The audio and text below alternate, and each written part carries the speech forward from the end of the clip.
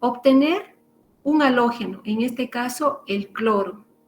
Esta obtención la vamos a realizar a través de la reacción de cristales de permanganato de potasio con ácido clorhídrico.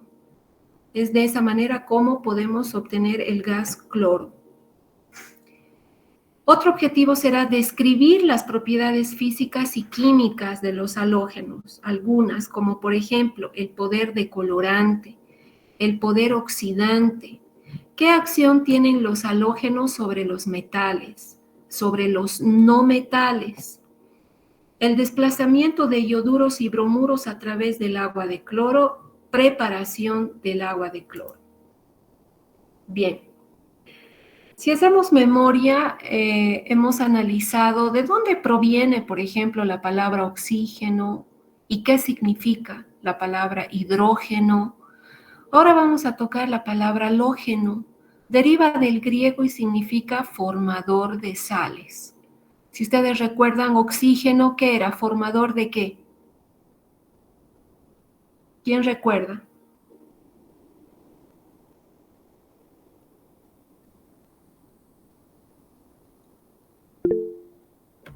¿O están conectados? Buenas tardes, doctora. Buenas. El tema de oxígeno todavía no explicamos. ¿Cuál es el componente de hidrógeno? ¿Hasta hidrógeno? Sí.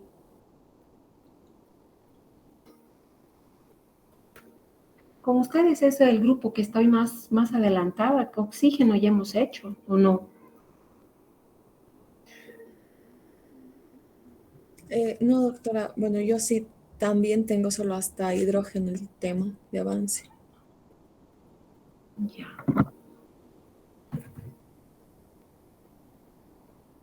Bueno, como ya hemos empezado halógenos, vamos a hacer ahora halógenos y oxígeno entonces. Bueno, como hemos hecho hidrógeno, entonces recordemos que hidrógeno derivaba también del griego y significaba, ¿se acuerdan? Formador de agua, ¿sí? Oxígeno es formador de ácidos, halógenos formador de sales. La familia de los halógenos es la familia que está más cercana a la familia de los grupos inertes. Una característica interesante de estos halógenos es que tienen un comportamiento químico semejante, ¿sí? Es decir, el comportamiento químico del flúor es similar al del cloro y del cloro al del bromo y así. Todos estos elementos tienen un comportamiento químico similar. Los halógenos rara vez están libres en la naturaleza. Generalmente se encuentran en forma de sales disueltas en el agua. El estado físico de los halógenos va a depender de las condiciones ambientales, ¿sí? En estado gaseoso se encuentra el flúor y el cloro. En estado sólido el yodo y el astato. Y el bromo en estado líquido a temperatura ambiente, ¿sí? Bien, entonces no nos olvidemos, flúor y cloro en estado gaseoso. El flúor es un gas incoloro, a diferencia del cloro, que es un gas medio verdoso amarillento. El bromo en estado líquido y es de color rojizo.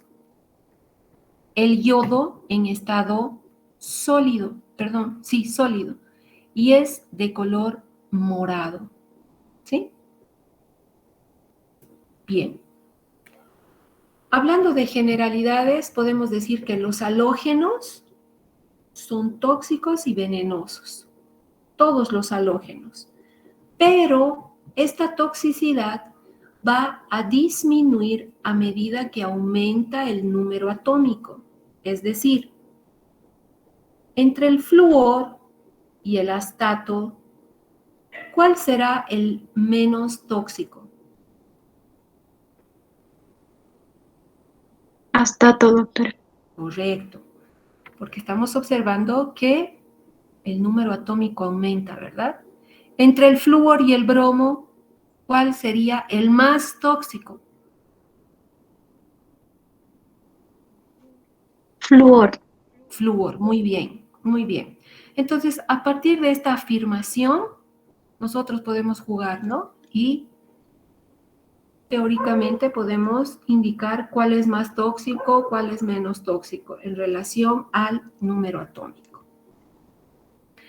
Los halógenos tienen la tendencia de ganar electrones para formar aniones. Hemos dicho que son formadores de sales, ¿verdad?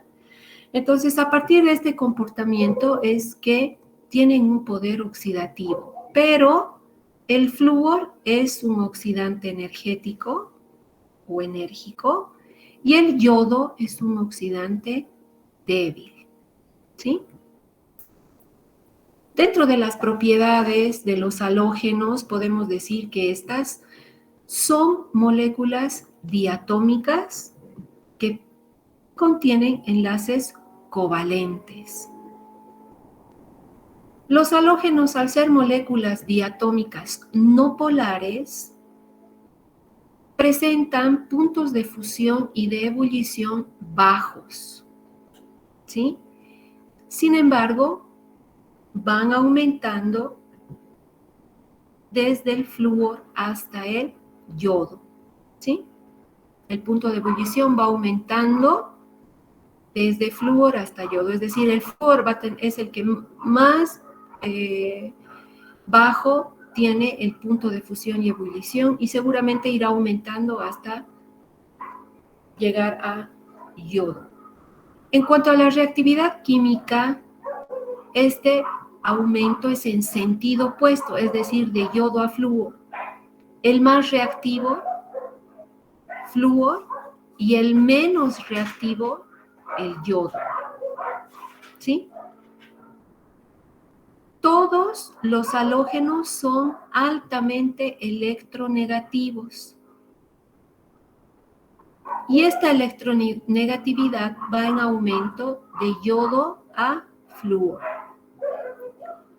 Todos los halógenos tienen 7 electrones en su capa más externa. En cuanto a su estado de oxidación, la mayoría de los halógenos es -1, ¿no? A excepción del flúor.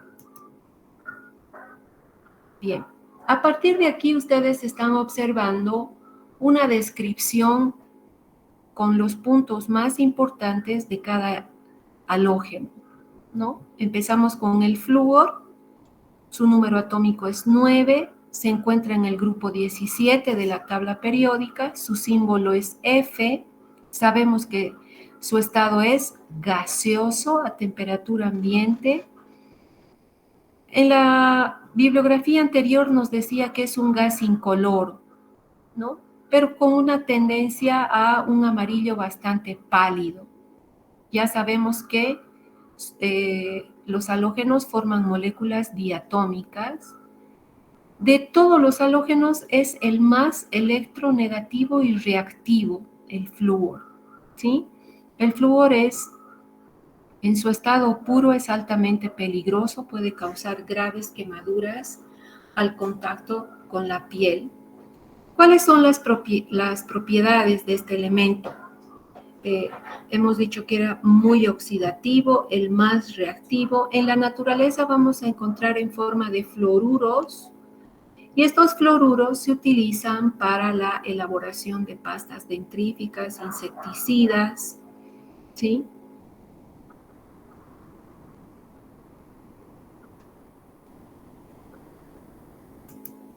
El cloro, otro elemento halógeno, número atómico 17, también está en el grupo 7, su símbolo es C mayúscula L, también se encuentra en estado gaseoso y hemos dicho que es un gas amarillo verdoso, también está formado por moléculas diatómicas, es 2.5 veces más pesado que el aire.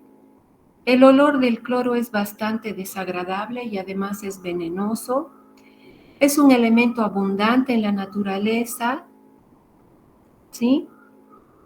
Encontramos en forma de cloruros naturales, la sal común, por ejemplo.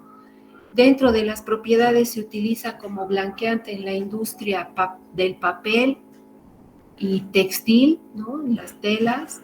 También se utiliza como un desinfectante de aguas y los derivados del cloro se utilizan en la producción de armas químicas como los gases lacrimógenos, el gas mostaza.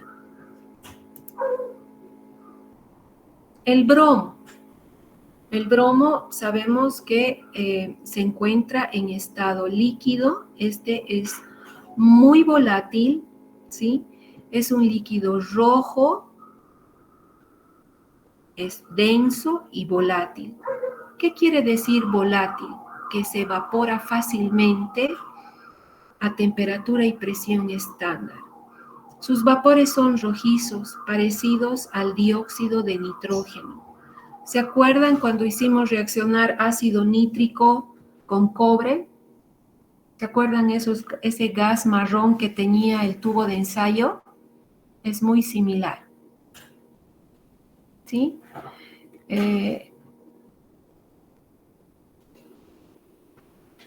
Al igual que el cloro, el bromo es de un olor muy característico.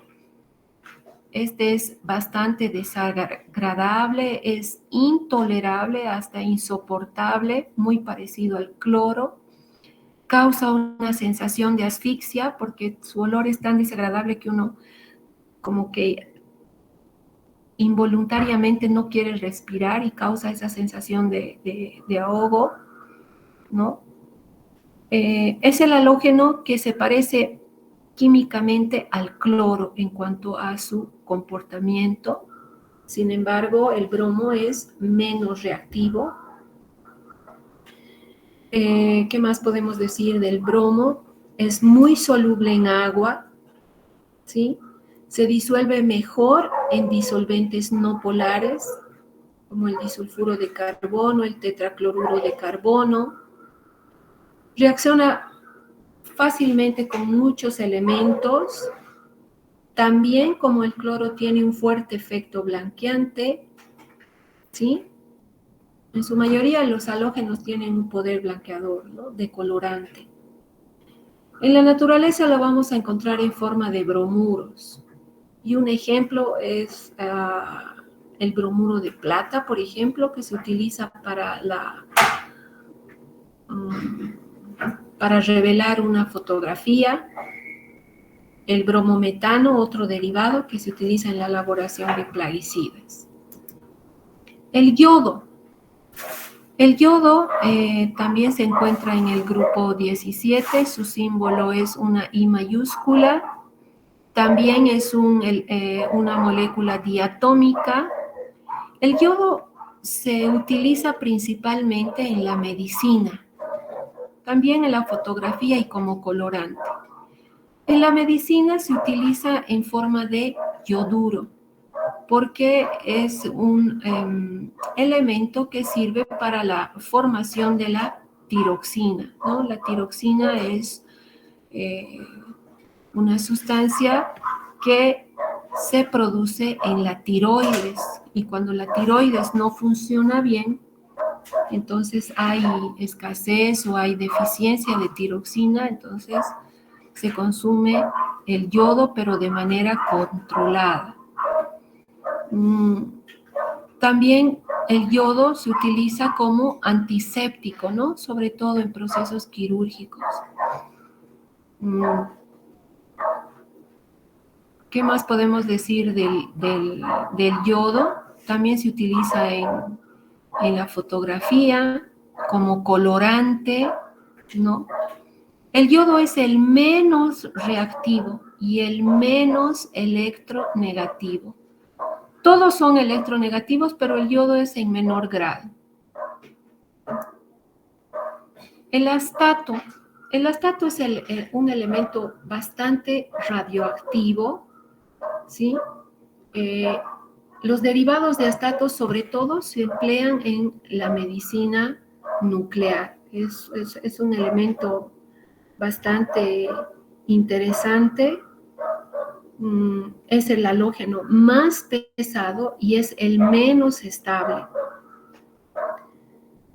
No sé, es uno de los elementos más raros en la tabla periódica, además también en nuestro planeta. Tiene un aspecto metálico, ¿sí? Altamente radioactivo, por eso es que se utiliza en la medicina nuclear, ¿sí? Bien. Entrando ya a la parte experimental, vamos a cumplir con nuestro primer objetivo, que es obtener el gas cloro.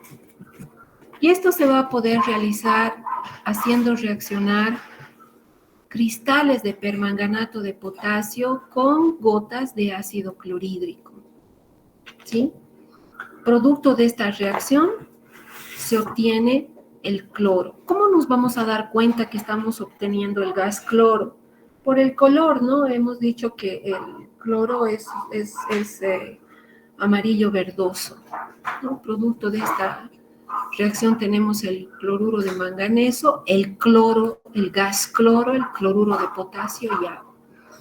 Vamos a observar este video para poder ver la obtención del gas.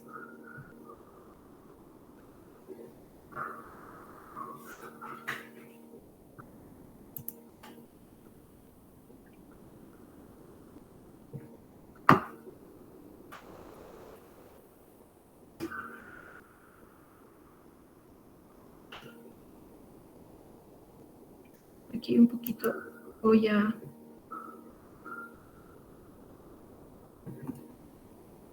Procedimiento. Para realizar la obtención del cloro, en el matraz quitasato coloco 8. Ahí está. Quisiera que vean el equipo, la trípode, la malla de amianto, un matraz quitasato, tapón, un embudo de decantación. Acá, y el mechero de Bunsen, ¿no? Una manguera de látex y frascos colectores. Acá colocamos los cristales de permanganato de potasio y a través del embudo de decantación abrimos un poquito la llave y empezamos a dispensar el ácido clorhídrico y esto va a empezar a reaccionar y uno de los productos es cloro que va a migrar por todo esto y se va a obtener acá en este vaso de precipitado que contiene agua. Entonces, inmediatamente se está haciendo reaccionar agua destilada con cloro. Vamos a escuchar la explicación. Gramos de permanganato de potasio.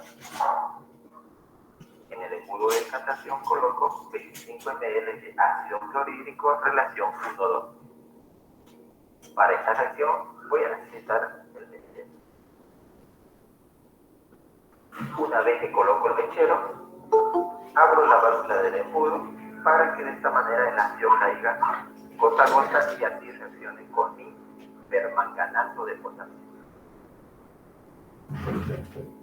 Una vez cae el ácido, reacciona y me libera lo que es cloro.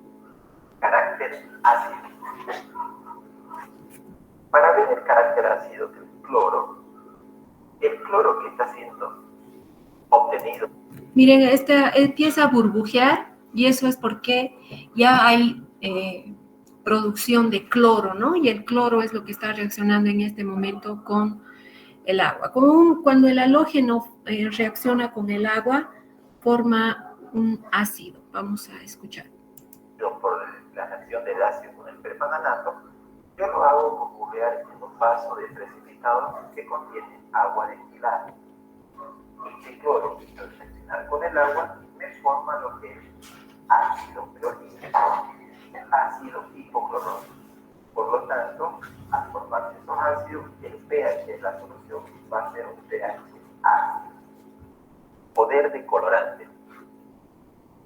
Una vez que estoy obteniendo el cloro, lo hago pasar por un pétalo de flor que está húmedo. Este cloro va a reaccionar con el agua que tenga el pétalo y de esta manera me lo va decolorando. Como dijimos que se forman ácido clorhídrico y ácido hipocloroso, este ácido hipocloroso se descompone y me libera lo que es oxígeno naciente, donde este decolora los materiales húmedos coloreados, ¿no? Una vez que actúe el cloro sobre el tubo de ensayo, observamos cómo queda la flor. Lo está decolorando, ¿no? A medida que pase el tiempo, el poder del cloro sigue actuando sobre ella. De esta manera me lo va a decolorar más, ¿no? Ahí podemos ver el pétalo de flor cómo está, ¿no? Dismutación de los halogenos. El cloro que estoy obteniendo lo hago burbujear con hidróxido de sodio que está a una temperatura menor a 25. También lo hago burbujear con hidróxido de sodio que está a una temperatura mayor a 25 grados. Cuando reacciona con hidróxido de sodio a temperatura menor a 25, se forma lo que es la lavandina, hipoclorito de sodio. Cuando el cloro reacciona con hidróxido de sodio mayor a 25, se forma clorato de sodio, no es lavandina. Recordemos que hipoclorito de sodio y clorato de sodio. Reconocimiento del cloro en el agua. Para hacer esta experiencia, necesitamos dos tubos de ensayo con uno que contiene agua destilada y el otro contiene agua de grifo. Para esta experiencia vamos a utilizar nitrato de plata y vamos a determinar cuál tiene y cuál no tiene, ¿no? Comenzamos por el agua destilada. Le colocamos nitrato de plata y vamos a observar si reacciona la plata con el cloruro presente. Recordemos que el agua destilada es libre de sal. Por lo tanto, la solución me va a quedar incolora. No va a suceder nada porque no tiene la plata con quien reaccionar. Seguidamente colocamos en el agua de grifo, colocamos de igual manera el agua de plata. Recordemos que al agua de grifo le colocan cloro para matar microorganismos, ¿no? En ese sentido, aquí podemos observar que en el agua de grifo se forma un poco lechoso debido a la presencia de cloruro y en el agua destilada no.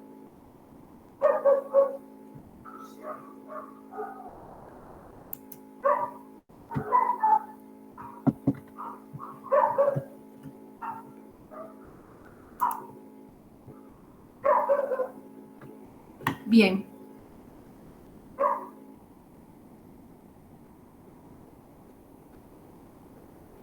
Aquí tenemos otro video, ustedes ya lo van a ver, es un procedimiento similar, ¿no? Donde observamos la obtención del cloro y la demostración del poder decolorante. Y aquí vamos a explicar de mejor forma esta acción que tiene. Habíamos dicho que obtenemos el cloro a partir de la reacción del ácido clorhídrico con permanganato de potasio, ¿no? Dentro de estos productos tenemos el cloro, ¿sí? Este cloro, cuando reacciona en una superficie, en este caso pétalos de una rosa, previamente humedecida en agua, este cloro se disuelve en el agua. ¿Ya? Al disolverse el cloro en el agua que contiene los pétalos de la rosa, va a formar ácido clorhídrico y el ácido hipocloroso. El ácido hipocloroso. Este ácido hipocloroso, ¿sí? Cuando está expuesto a la luz, va a ejercer ese poder decolorante.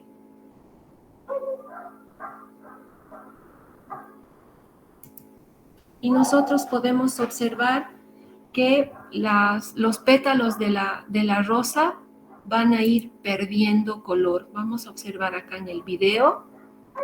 Ahí tenemos un dispensador del ácido. Ahí tenemos en el matraz quitasato.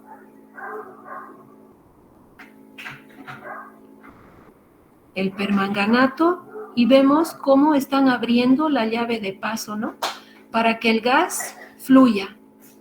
Y ahí está la rosita que obviamente ha sido empapada en agua y a medida que va ingresando el gas, no sé si ustedes llegan a ver, miren cómo va decolorándose debido a que el cloro cuando se disuelve en agua, ¿no? El cloro obtenido, ¿no? Aquí está, miren, ahí se ve el gas, cómo empieza a migrar, ¿sí? Ahí está.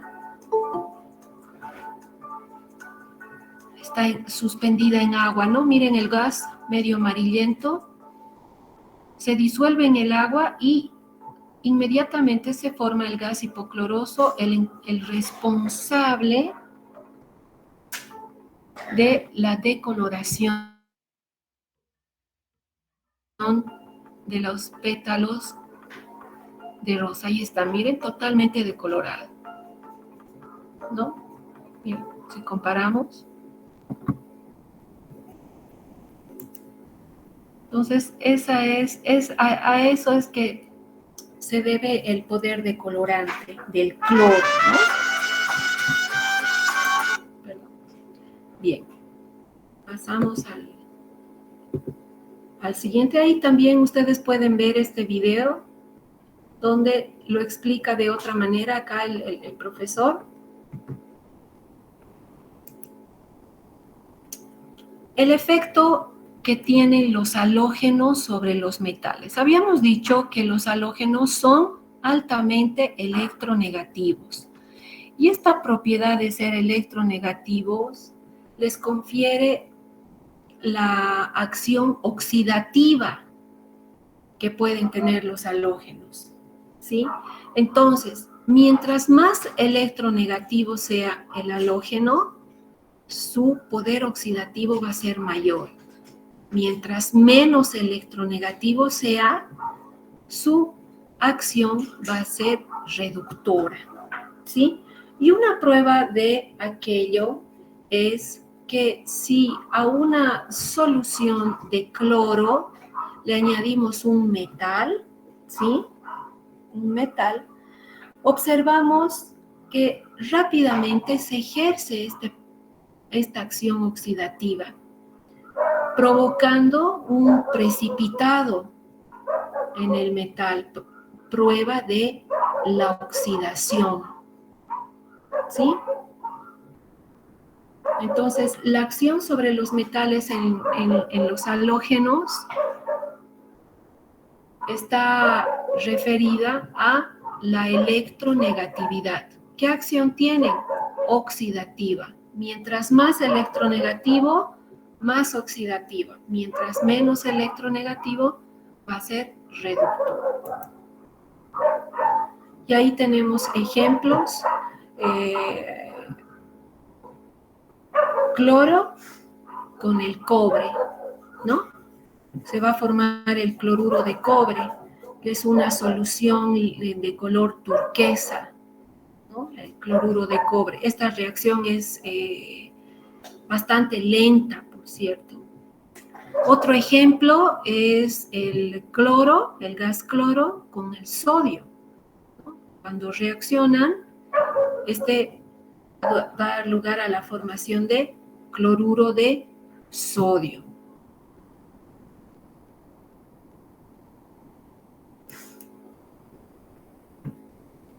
¿Cuál es la acción sobre los no metales?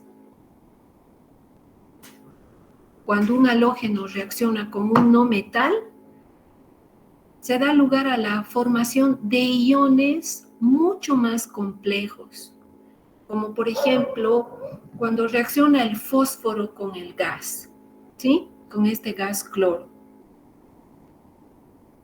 Inicialmente va a formar tricloruro de fósforo, ¿sí? Que el tricloruro de fósforo se encuentra en estado líquido y es incoloro. Pero si hubiera un exceso de cloro, se forma el pentacloruro de fósforo. Este compuesto es una sustancia muy peligrosa que reacciona violentamente con agua y es una fuente para la formación de cloruro de hidrógeno o cloro. ¿Sí? Entonces, ¿cómo podemos resumir la acción de los halógenos sobre los no metales? Forman iones complejos, ¿no? Y estos iones complejos van a depender de la concentración del halógeno. Estamos viendo que a mayor concentración va a formar un ion mucho más complejo. En este caso, el pentacloruro de fósforo.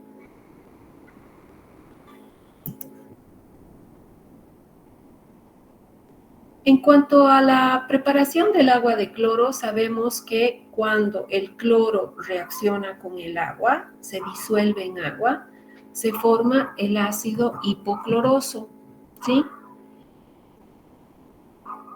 Este ácido hipocloroso libera el ion hipoclorito y es este ion el responsable de la oxidación en compuestos químicos inorgánicos.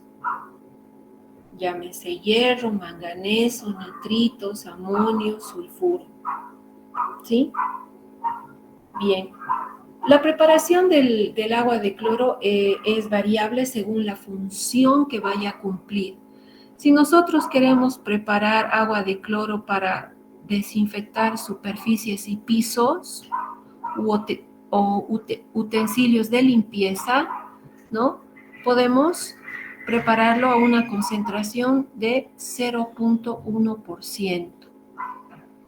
Pero si queremos preparar a una concentración del 0.05%, en esta concentración será útil para lavado de manos y el lavado de ropa, ¿no? Su acción desinfectante. En cuanto al desplazamiento de ioduros y bromuros metálicos mediante el agua de cloro o agua de bromo, ¿sí? Tenemos como ejemplo la reacción del bromuro de potasio con el cloro, ¿sí? Aquí podemos observar que el cloro va a desplazar a este bromuro, liberando al bromo y formando cloruro de potasio. ¿Cómo podemos evidenciar esta reacción? Nosotros vamos a observar la precipitación del bromo y este es de color pardo. Y el sobrenadante, que sería la solución del cloruro de potasio, incoloro. ¿Sí? Entonces, esta es una evidencia del desplazamiento de este bromuro, utilizando el agua, en este caso el agua de cloro. Si utilizamos el agua de bromo, vamos a ver que el bromo desplaza el yoduro. ¿Sí? Ahí tenemos el yoduro. Se forma el bromuro de potasio y prueba de este desplazamiento vemos que la solución, el sobrenadante, es de color café pardo, ¿sí? Y el precipitado es violeta, que corresponde al yodo, ¿sí? Entonces, de esta manera es como se produce el desplazamiento de los bromuros y yoduros por acción, ya sea de agua de cloro o agua de bromo. Ahí está toda la explicación que acabo de darles. El poder oxidante del agua de cloro.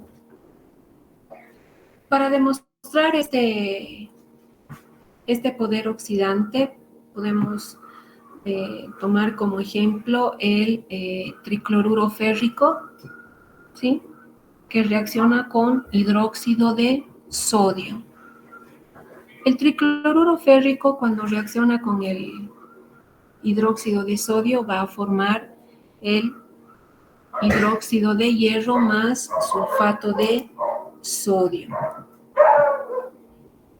Este hidróxido de hierro es de color, como ustedes pueden ver ahí, el sobrenadante es verdoso y se forma un precipitado blanquecino, que cuando reacciona con el agua de cloro, se oxida. Recordemos que el cloro es el más electronegativo, entonces es el que tiene un efecto más oxidante. Y una evidencia de esta oxidación es el precipitado amarillo, ¿sí? Este precipitado amarillo que corresponde al tricloruro férrico, ¿sí? Entonces, de esta manera demostramos la capacidad oxidativa que tiene el agua de cloro.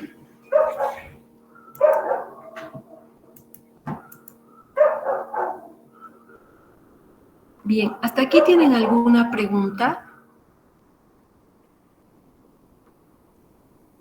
Por mi parte no, doctora, muy claro.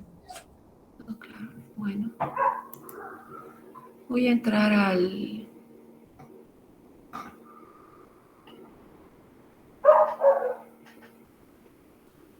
Ay, mi internet está súper lento.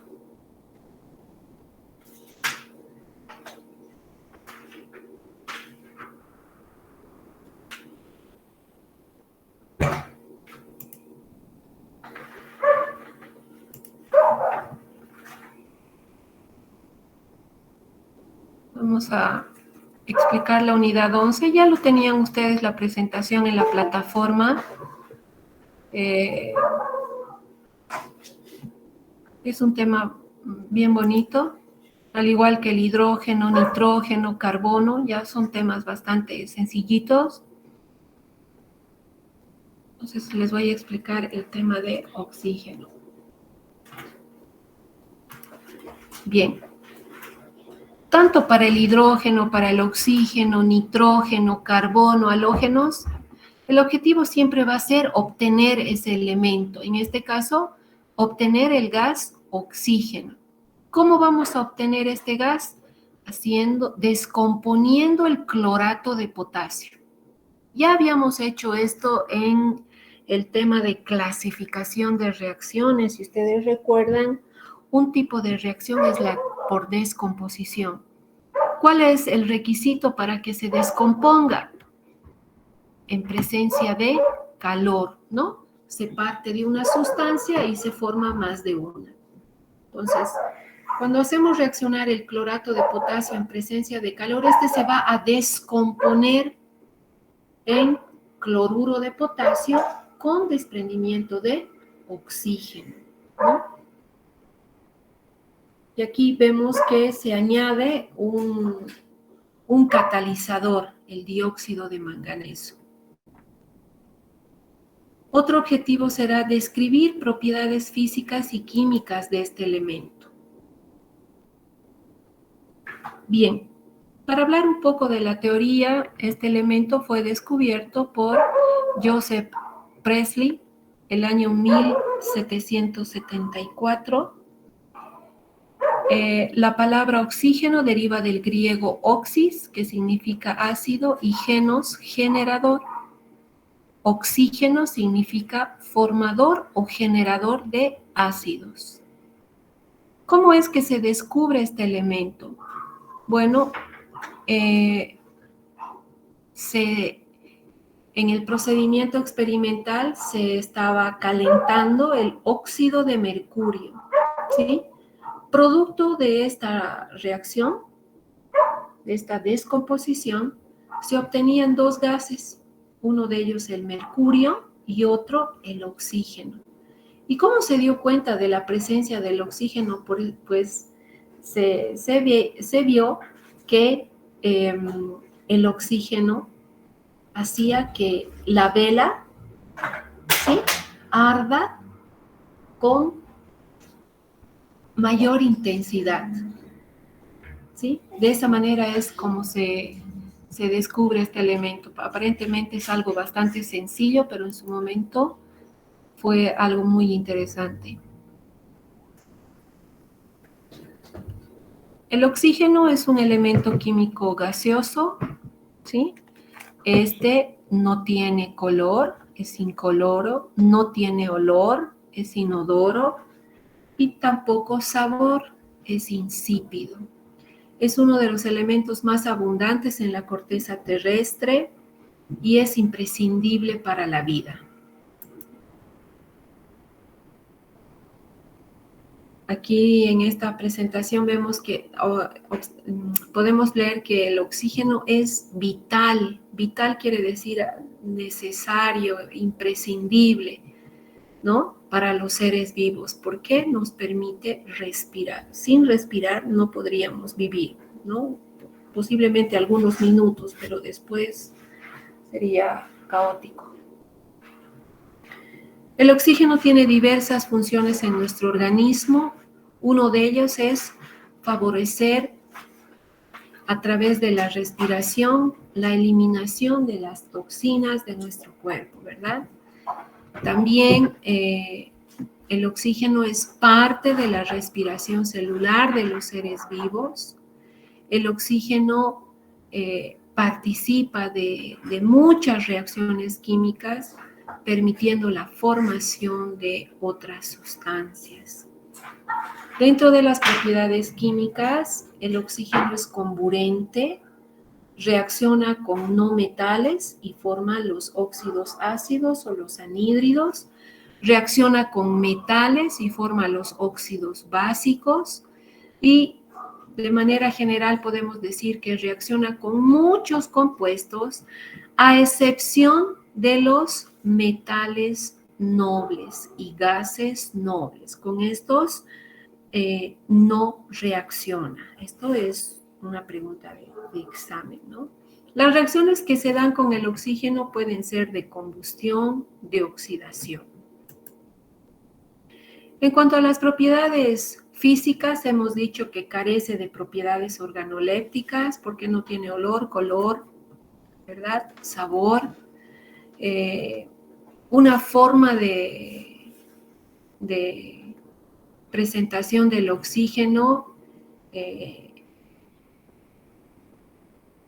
a través de la formación o de la unión de 3 moléculas de oxígeno es el ozono, ¿no?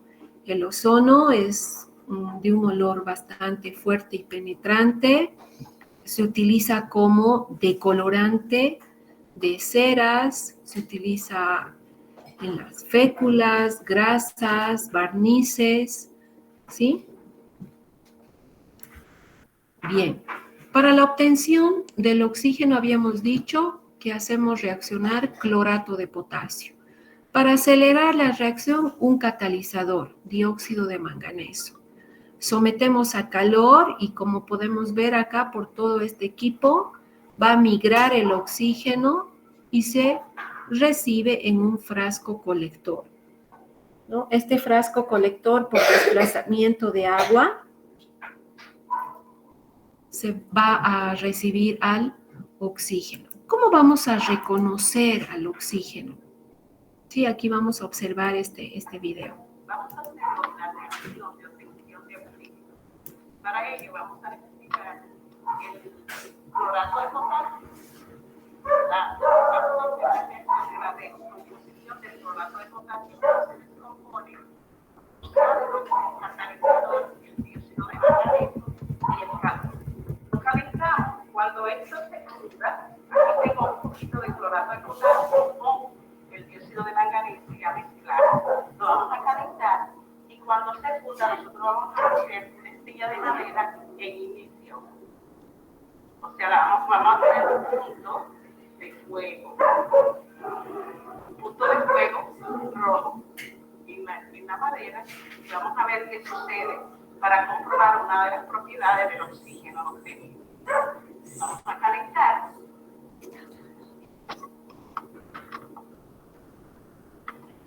Hasta que se funda. Ahí se está fundiendo, Es el cambio de sólido a líquido, ¿verdad? ¿no? El clorato junto con el manganeso, dióxido de manganeso. ¿No? Ambos son sólidos y hasta fundir, es decir, hasta que se vuelva líquido. Y paralelamente está encendiendo una pajilla, ¿no? Activando el estado de ignición, pero que no flamee, ¿no? Solamente miren que esté ese punto de ignición. Y van a ver cómo se reconoce la presencia de oxígeno y a la vez vamos a ver su poder o su propiedad comburente. Ahí está, esto ya está medio líquido. ¿Qué pasa con esto? Que tengo aquí encendido. Lo voy a poner aquí. Miren cómo aumenta, viva. A ver.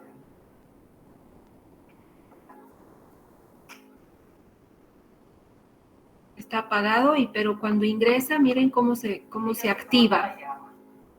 La voy a poner aquí. ¿Qué pasa con la llama? Ahí está. Está pasando, vamos a ver. Se ven que está casi apagado, ¿verdad? Entonces lo vamos a poner aquí. Ahí está, miren. Observen qué pasó. Nuevamente. ¿No? ¿Qué propiedad del oxígeno vemos ahí? La comburencia. Apagado. Excelente. Excelente experimento. El oxígeno activa el fuego. Por eso cuando nosotros estamos haciendo una parrillada, soplamos para que llegue oxígeno y la llama se encienda. Eso mismo pasa con oxígeno. Ya se está terminando, pero como quiera, tiene oxígeno ahí. Excelente. Entonces vamos a escribir ustedes la reacción de descomposición del clorato de potasio, el cual se descompone en cloruro de potasio más oxígeno, que lo acabamos de tener en este experimento. Igual nosotros podemos hacer esta reacción. Yo le voy a invitar a que ustedes hagan esta reacción en su casa, pero usando no clorato de potasio, sino peróxido de hidrógeno. El peróxido de hidrógeno no es más que el agua oxigenada. El agua oxigenada se descompone, le agregan un poquito al agua oxigenada del polvillo que tiene la batería. Entonces abren una batería y ese polvillo que tiene la batería es el mismo polvo negro que nosotros usamos aquí como catalizador, el dióxido de manganeso. Yo lo voy a invitar a que ustedes hagan en su casa, se graben y me lo envíen usando peróxido de hidrógeno o agua oxigenada. Cómprenla buena, o sea, una agua oxigenada, esta que se usa para el pelo, y se graban y me la envían, junto con esta. Bien.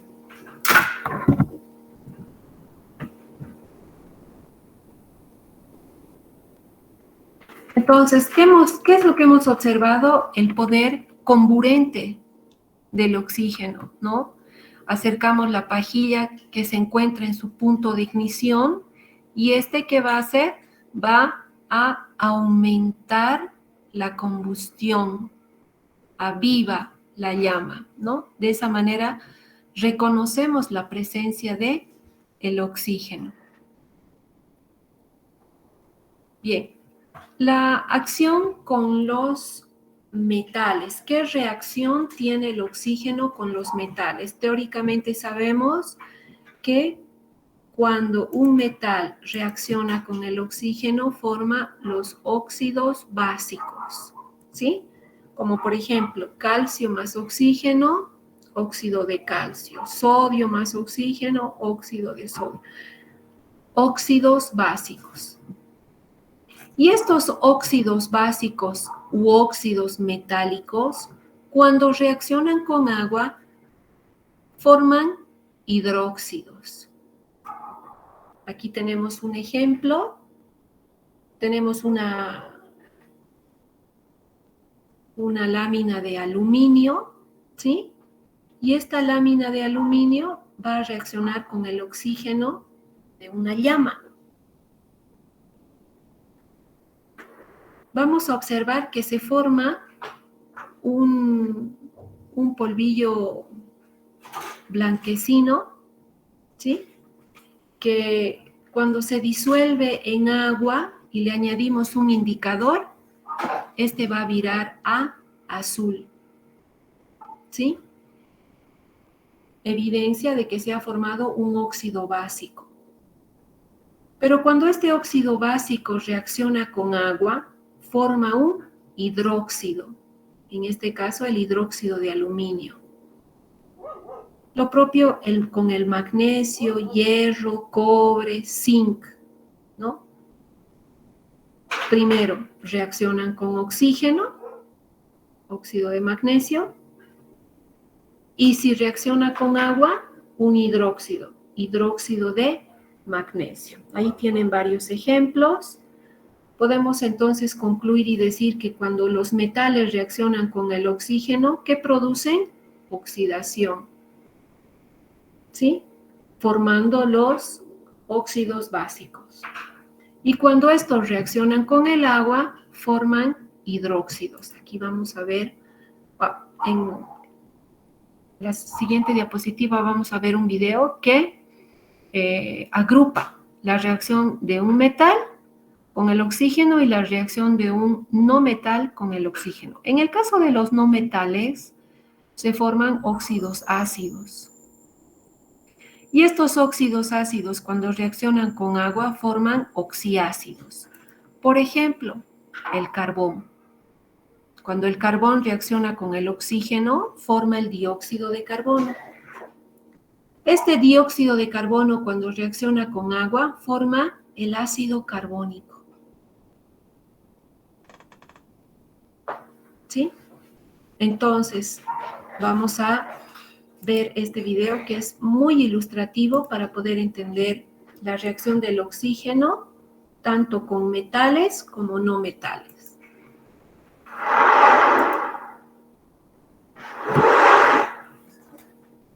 El día de hoy vamos a formar óxidos ácidos y óxidos básicos.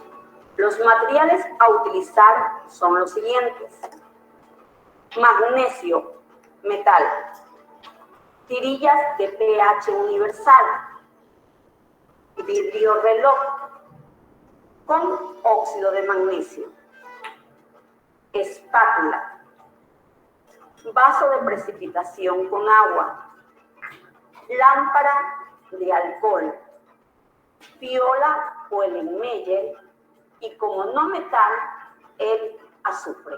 Los óxidos básicos se forman por la combinación de un metal con oxígeno. En este caso, como metal, vamos a utilizar el magnesio y lo vamos a combinar con el oxígeno del aire, por lo que procedemos a calentarlo.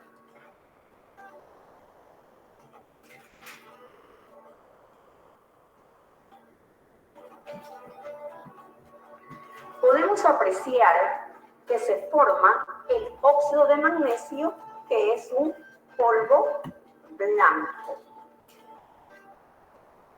El óxido de magnesio, así formado, lo vamos a combinar con el agua.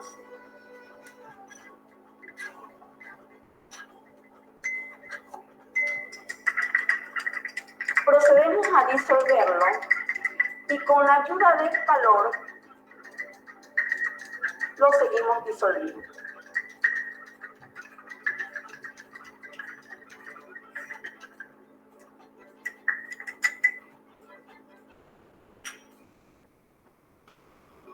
Para comprobar.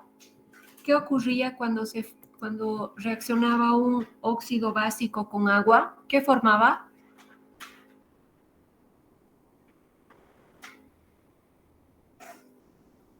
¿Oxiácidos? No. Hidróxidos, doctora. Correcto, hidróxido, ¿no? Ahorita lo que ha hecho la docente acá, ha hecho reaccionar ya el óxido básico, que sería el óxido de magnesio, ¿verdad? Y lo ha hecho reaccionar con agua. Entonces, lo que estamos observando aquí, esta solución lechosa, es un hidróxido, el hidróxido de magnesio. Ahora, ¿cómo demostramos que es un hidróxido de magnesio, que es una base? Va a introducir un papel indicador de pH y el pH se tendría que ser dentro del rango de la basicidad. Vamos a Si observar. se ha formado la base o hidróxido, procedemos a tomar su pH. Su pH debe ser mayor a 7, es decir, un pH básico.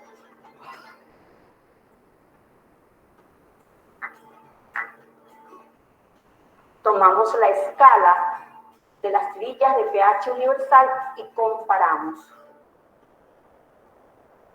Vemos que la escala coincide en 10, es decir, tiene un pH básico de 10.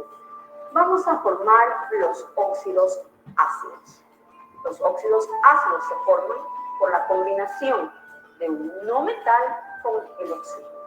El no metal a utilizarse es el azufre, que es un polvo de color amarillo. Lo procedemos a calentar para combinar el azufre con el oxígeno del aire.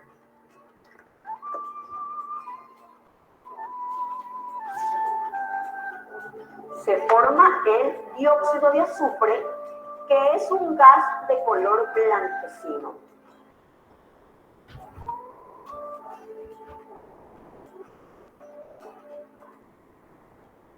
Una vez formado el gas, el dióxido de azufre, lo combinamos con el agua.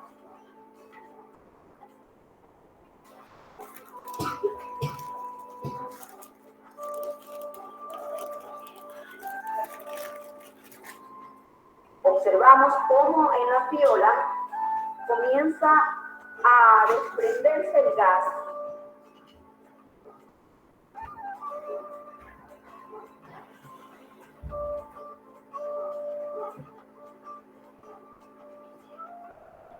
Una vez desprendido el gas, lo combinamos con el agua.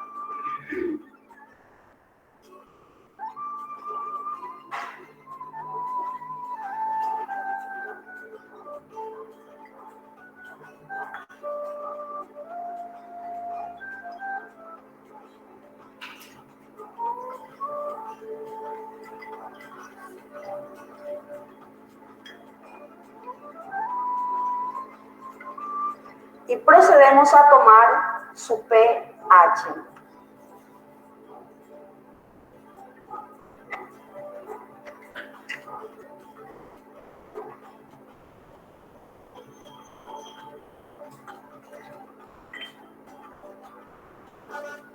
Comparamos con la escala.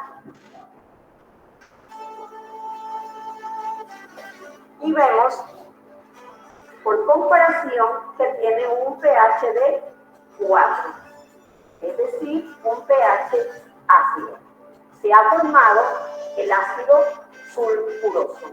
Hemos visto por qué a los óxidos metálicos se los llama óxidos básicos y por qué a los óxidos no metálicos se los llama también óxidos ácidos. Bien, ¿hemos entendido entonces esta parte? Con el video yo creo que ha quedado más claro.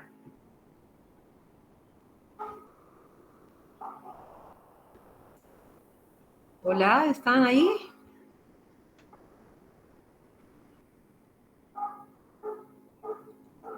Sí, doctora, quedó más Sí, claro. doctora. Ya, gracias. Bien.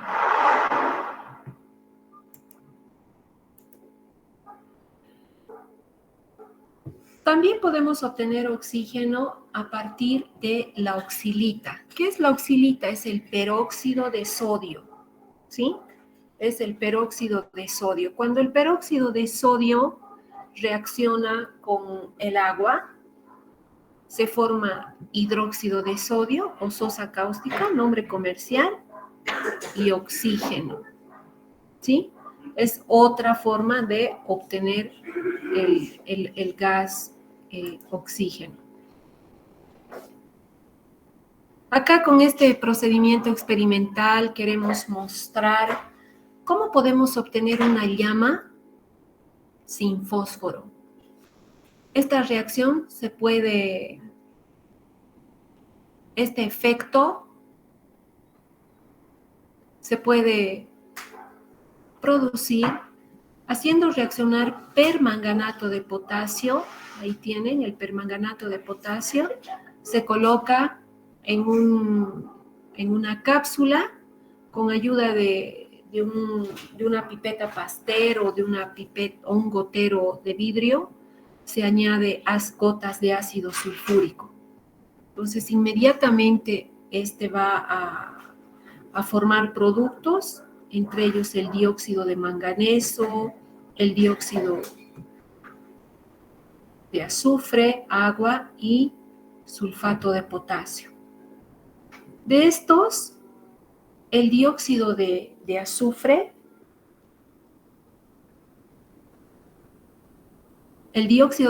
es el que va a producir una llama al estar en contacto con un elemento que sea combustible, como alcohol, como la celulosa del algodón, ¿sí?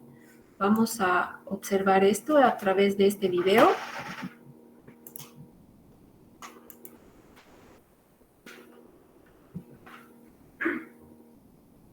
Bienvenidos a los experimentos de química insólita. Hoy lo que nos planteamos es construir un mechero sin necesidad de utilizar el alcohol de quemar, para lo cual vamos a utilizar una sustancia muy oxidante como es el permanganato de potasio, pero lo vamos a mezclar con el ácido sulfúrico.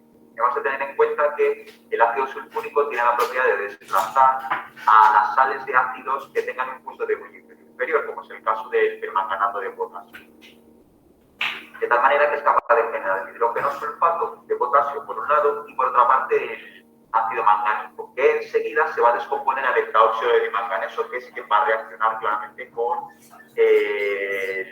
la celulosa, si es que lo hacemos el experimento con el algodón, o lo hacemos con lo que se podría considerar como una sustancia orgánica que también va a sufrir una oxidación, como puede ser el alcohol. Vamos a hacer diferentes versiones del experimento. Vamos a empezar con la primera, para lo cual tengo preparado aquí en un vidrio de reloj, que no sé si se aprecia bien, ácido sulfúrico, que lo tengo aquí preparado. Permanganato de potasio, que lo tengo por otro lado aquí. Y lo que vamos a hacer va a ser una reacción en la que vamos a generar el tetraóxido de manganeso. Para lo cual vamos a utilizar una varilla de vidrio. Esa varilla de vidrio lo que vamos a hacer es sencillamente adornarla un poquito con el ácido sulfúrico por su pared. ¿Vale? Vamos a recoger un poquito de permanganato para que nos quede por lo que es la pared de la varilla de vidrio. Lo más que se pueda coger. Lo que necesitamos que esto reaccione ahora con lo que va a ser el algodón. Vale, tendremos aquí y lo vamos a mezclar con algodón. Y queremos que se produzca la combustión. Ahí está.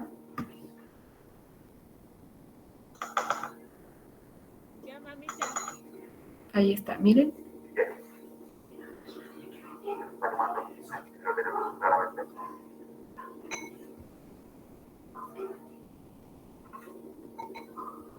Aquí lo tenemos. Obviamente, se ha producido la combustión. Estamos provocando la combustión de la celulosa, que es lo que tenemos aquí.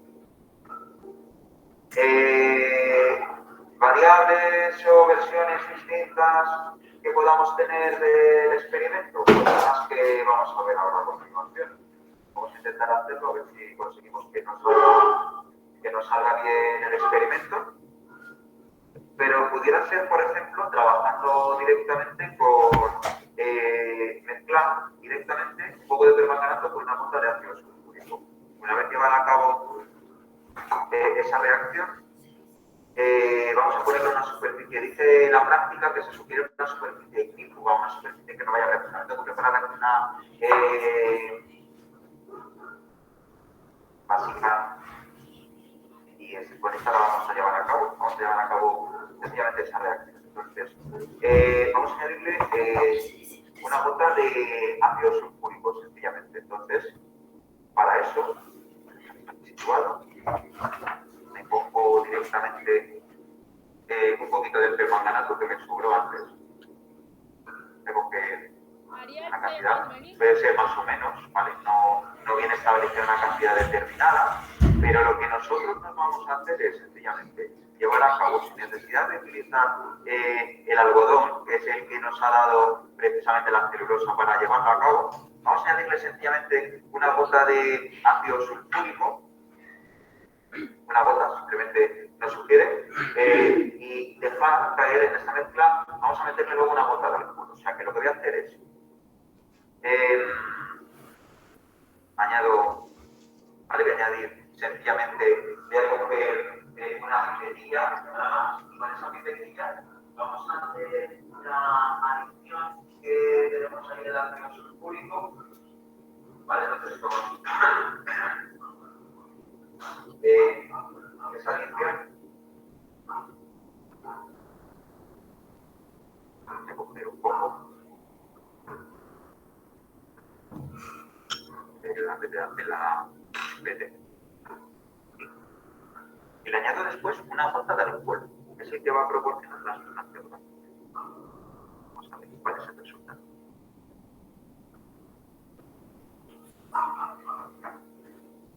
Añadir un poquito más, porque son unas pipetas Pasteur. Y a partir de ahora, un poco, y añado. He preparado dos alcoholes. Voy a hacerlo con etanol, que es el alcohol que sugiere la práctica, y luego lo vamos a probar con el alcohol de quemar. Y vamos a ver lo que nos sale. Hay que tener cuidado. Ahí lo tenemos. Va a ser una pequeña explosión. Hay que ser cauteloso, hay que ser muy cauteloso, porque esto, veis, se está generando precisamente la combustión. Hay que tener cuidado, mira, ahí lo tenemos. Lo que está generando, y por tanto, vapores característicos de color rosado, muy característicos, y por tanto ya habría que ser muy cauteloso. Ahora hemos conseguido hacer la equivalente que lo que hicimos en el trozo de algodón, pero ahora lo estamos aplicando directamente. Añadimos alcohol. Vamos a añadir metanol. Lo voy a coger en otro recipiente también y me hago la equivalente. Para lo que va a salir, si en lugar de utilizar etanol, utilizamos metanol. Y entonces, en ese caso, como vamos viendo, lo que nos iría ocurriendo. Me cojo, como ya se me ha acabado el permanganato, lo añado yo aquí directamente y vamos a ver qué es lo que ocurriría en este caso. Mirad, le meto un poquito. Tampoco hace falta ser muy generosos, pero bueno, le vamos a meter un poco de permanganato, que es lo que tenemos aquí. Y una vez adicionado el permanganato, vamos a adicionar. Me cojo otra pipeta para que no se mezclen los dos alcoholes. Este alcohol es el alcohol azulado característico, es el metanol, el alcohol de quemar de toda la vida. Antes añadimos la gota característica que vamos a coger de ácido sulfúrico. Somos muy cautelosos en lo que es la manipulación del mismo, para que no haya ningún tipo de problema. Lo cogemos del vidrio de reloj, donde lo tenía ya preparado, ¿vale? Ese es el ácido sulfúrico. Y de aquí lo que nosotros hacemos es hacer lo mismo, es decir, sobre esta montañita que nos hemos preparado de permanganato, adicionamos una gotita. Yo le voy a añadir un par de gotas más, para que sean 3 en total, para favorecer la oxidación. Ya sabéis que la pipeta Pasteur apenas nos permite licencias. Al final, los añadimos, veis, ya se va saliendo el color verdoso. Y de aquí lo que vamos a hacer es, ahora, con la tercera pipeta, que la tengo aquí preparada, vamos a añadir el metanol, del que solamente vamos a añadir una poquita, nada más nos pide la práctica. Arde muchísimo más, mira.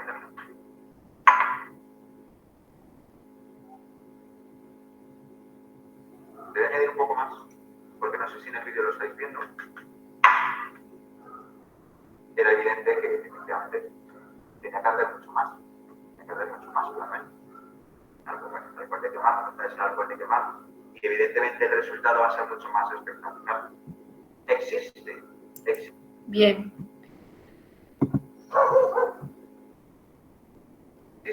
Bien, ¿alguna duda, alguna pregunta al respecto en cuanto a la obtención de la llama sin necesidad de fósforo?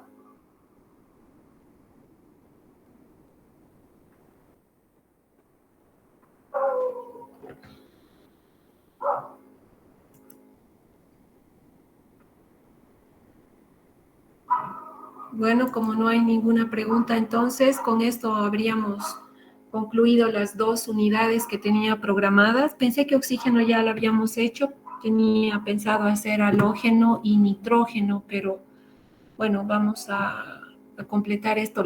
Tenemos una clase más que va a ser teórica y la siguiente será práctica, ¿no? La siguiente vamos a hacer nitrógeno, carbono y azufre, el avance teórico.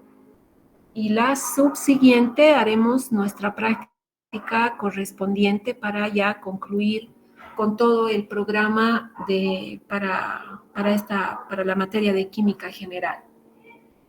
Bien, si no tienen ninguna pregunta, entonces damos por concluida la clase. Que tengan un descanso reparador y nos estamos viendo en nuestra siguiente clase.